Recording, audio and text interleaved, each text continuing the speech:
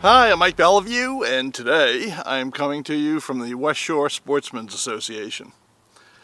And I wish I was coming to you from Duelist Den, but as you might have gathered from looking behind me, about a week ago, we got slammed with an early season nor'easter that dropped about 10 inches of snow, and Duelist Den is still inaccessible. So we're going to try to film over here. Now this is not going to be ideal either for a couple of reasons. One, we're going to have to work around shooting because it is a gun club and there are other bays in operation over here. And we're going to be kind of limited as to targets. And you might hear an airplane every now and then, but that's the case at every range I go to, including Duelist Den. There are so many regional airports around, but we are right on the flight path of one of the major regional airports in the area. So sometimes I just don't notice the planes going overhead. And I'm going to have to be pretty careful out here because, like I say, it snowed a week ago. So we've had a week of some melting and a lot of refreezing. And basically the deck of the shooting bay is a glacier. It's very treacherous, so I'm going to try not to move around too much because the footing is really, really bad here.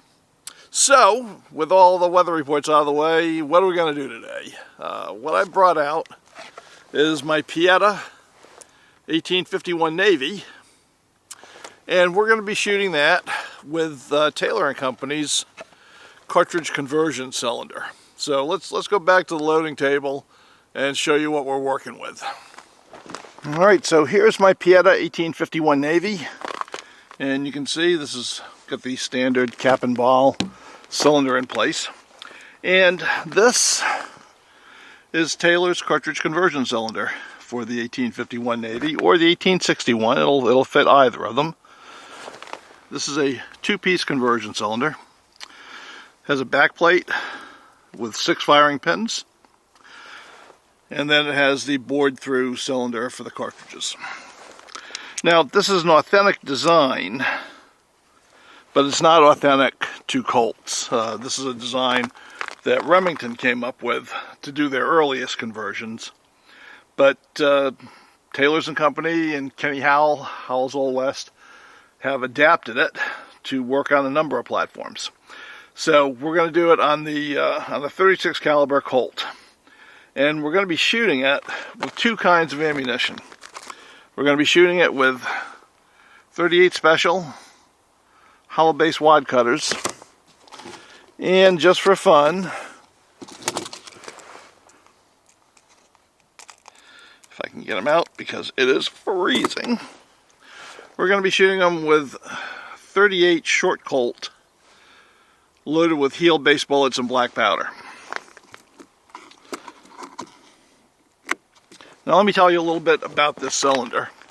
It is proofed for modern smokeless ammo, so it'll handle any factory ammo as long as it's got a lead bullet and it's standard velocity, no plus P.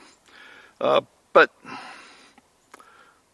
the cylinder will handle it. How well they'll shoot is another matter, because as you probably realize, this gun's called a 36, and that's because the bore diameter is basically 36, 357, but the groove to groove diameter, which is the crucial one as far as getting accuracy, is actually 0.375 inches.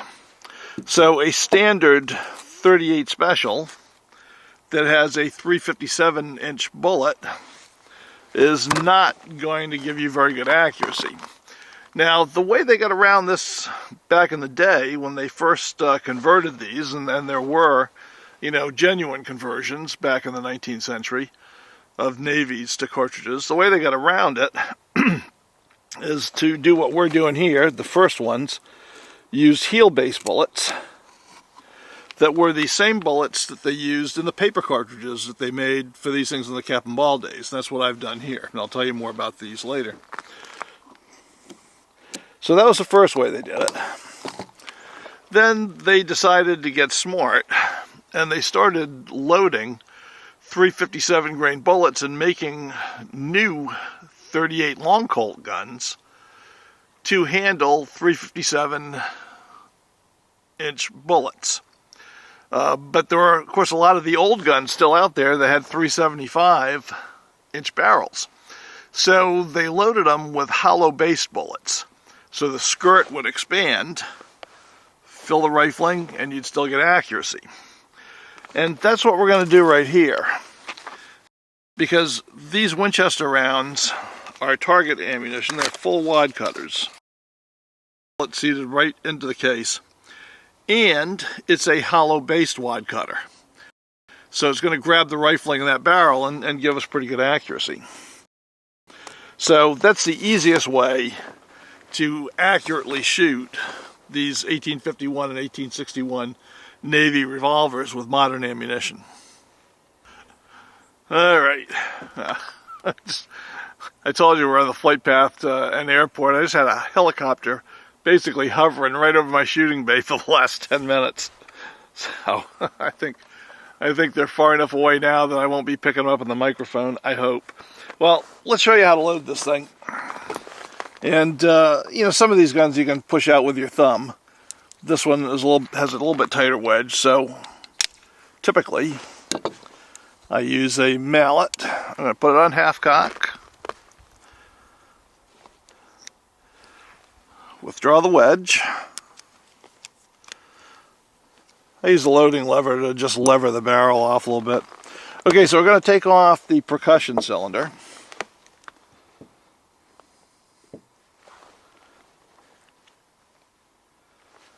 And I'm going to load 5 of these chambers.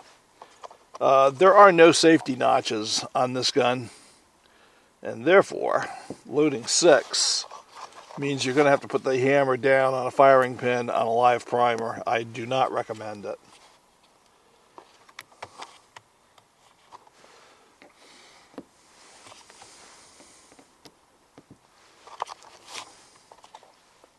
But you're a grown up, do what you want.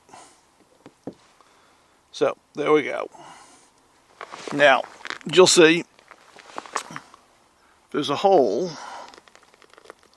in the back plate, and there's a little alignment pin on the cylinder. So you just put it so that pin goes in the hole, and you're going to see on the sides there are slots cut so you can see the cartridge rims, which allows you to see which chamber is empty.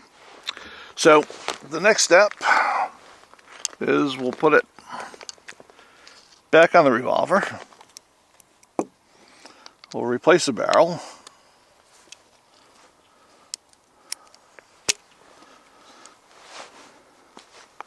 I'm going to put the wedge back in. Give it a tap. Okay, now I'm going to look for the empty chamber, which is right there. And I'm going to put the hammer down safely.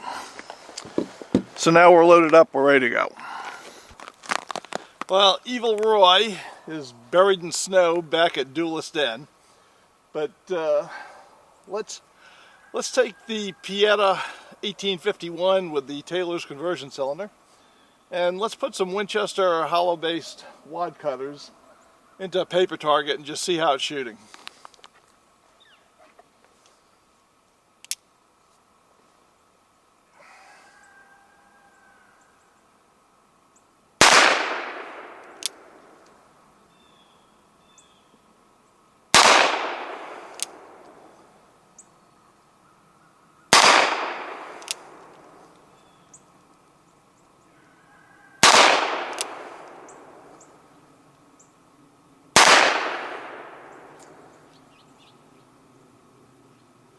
Well, looks like I'm a little high, but let's go down and take a look at the target. Well, I think the gun proved that it'll shoot, even if I can't shoot myself. So we got, 3 very close together, and then 2 that we pulled. That's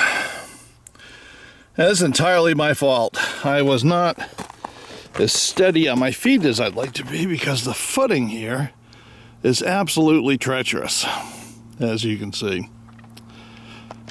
Okay, so the unloading procedure is the exact opposite of the loading procedure.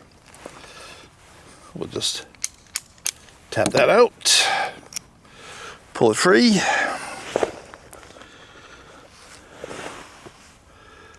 put it on half cock, jack off the barrel, open up the back plate, and then I'm going to take a punch, and I'm just going to punch out the empties. And we're ready to go again. Let's load it up with the black powder 38 short Colt cartridges. These are heel-based bullets, and because of that, they have to be dipped in black powder lube. So we're probably going to be cutting a bit of lube off when we chamber them, because it's going to be a little tight. So there we go. Same deal, we just push them home.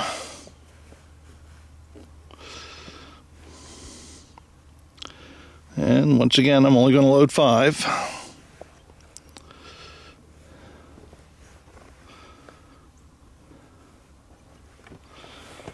All right. So there we go. We put the back plate on, we'll put the gun back together. Once again, I'm going to be able to tell where my empty is, and then we'll go shoot them. Okay, well, let's shoot the 1851 Navy with authentic black powder heel-based bullet cartridges.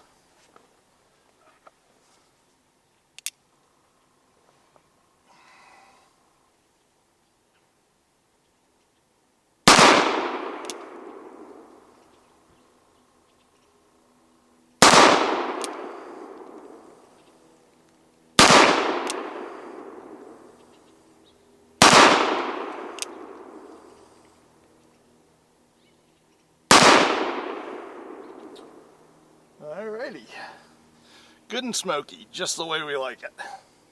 Well, I'm afraid I'm going to have to call it a day.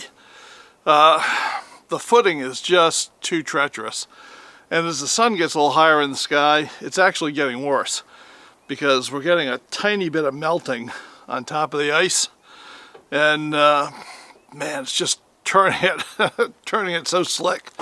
I'm fighting to stay on my feet, even at the loading table.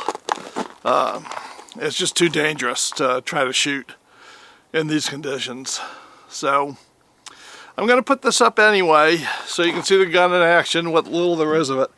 But I won't let them run any ads on it. I mean, that would just be adding insult to injury for you guys. So, you know, you'll be seeing this, unless of course the footage is just awful. I really can't tell. I was you know, kind of fighting to get a good stance on the ice, so I'm not sure what things look like, but if they look halfway decent, you'll see this video, but you know, you'll see it without ads, so that'll be something anyway.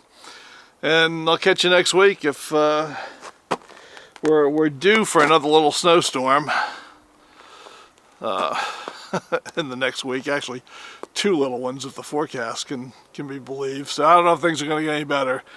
You may be seeing a lot of shop videos now. But anyway, until next week, bye.